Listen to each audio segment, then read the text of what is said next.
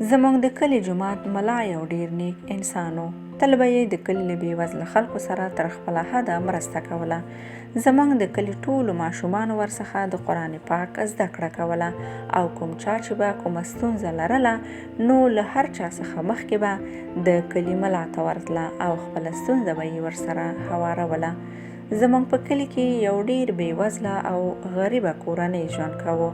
دومره بېوسه وه چې د یو وخت خوړلو لپاره یې هم څه نه درلودل. د دې کورنۍ لور ملا ته راغله او د خپلې ناچارۍ او بېوسۍ ټول حال یې ورته وویل او له ملا څخه یې د مرستې غوښتنه وکړه. ملا ورته وویل هیڅکله هم د الله څخه مه ناهیلې کېږه. تل په الله باوري واوسه او ایمان لره چې الله به دې کله هم یوازې نه پرېږدي. زه به درته یوه مشوره درکړم او هغه دا چې دا ځل چې هر څوک ستاسې کور ته ستا غوښتلو لپاره درغې نو نه مه ورته کوه بلکې له هماغه سره واده وکړه.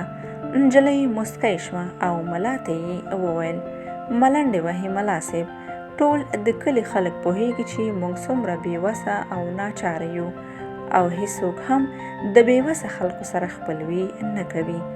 ملا ورغبرګه کړه ما خو درته وویل کنه چې په الله باور لره، هر څه به سم شي انشاءالله. نجلۍ کور ته ولاړه او د څو اونیو څخه وروسته یې کور ته خلک په جرګه راغلل. دا داسې خلکو چې د دنیا ټوله هستي یې لرله او د ډېرې شتمنۍ خاوندان وو. نجلۍ ډېره حیرانه وه. د ملا په خبرو یې عمل وکړ او د واده کولو لپاره یې غاړه کېښوده. نجلۍ واده وکړ او په سرو او سپینو زرو کې ډوبه شوه. کورنۍ یې له نادارۍ او بېوسۍ څخه بچ شو او یوه ارامه ژوند یې پیل کړ. نجلۍ له کلي څخه یو لوی ښار ته له خپل خاوند سره ولاړه. کلونه تیر شول. یوه ورځ نجلۍ غوښتل چې خپل کلي ته راشي تر څو خپله کورنۍ وګوري. نو هماغه و چې نجلۍ کلي ته راغله او څو ورځې وروسته یې د کلي ملا ولید.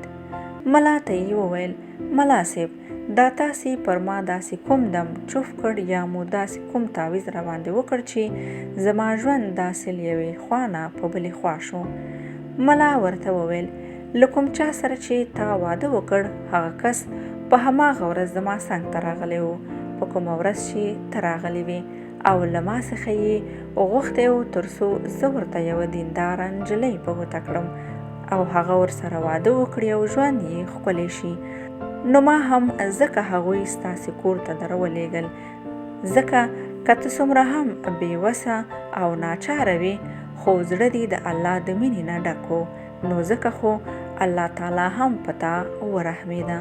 نو درنو لیدونکو، د الله تعالی مینه او محبت هر انسان د ژوند لوړو پوړونو ته رسوي.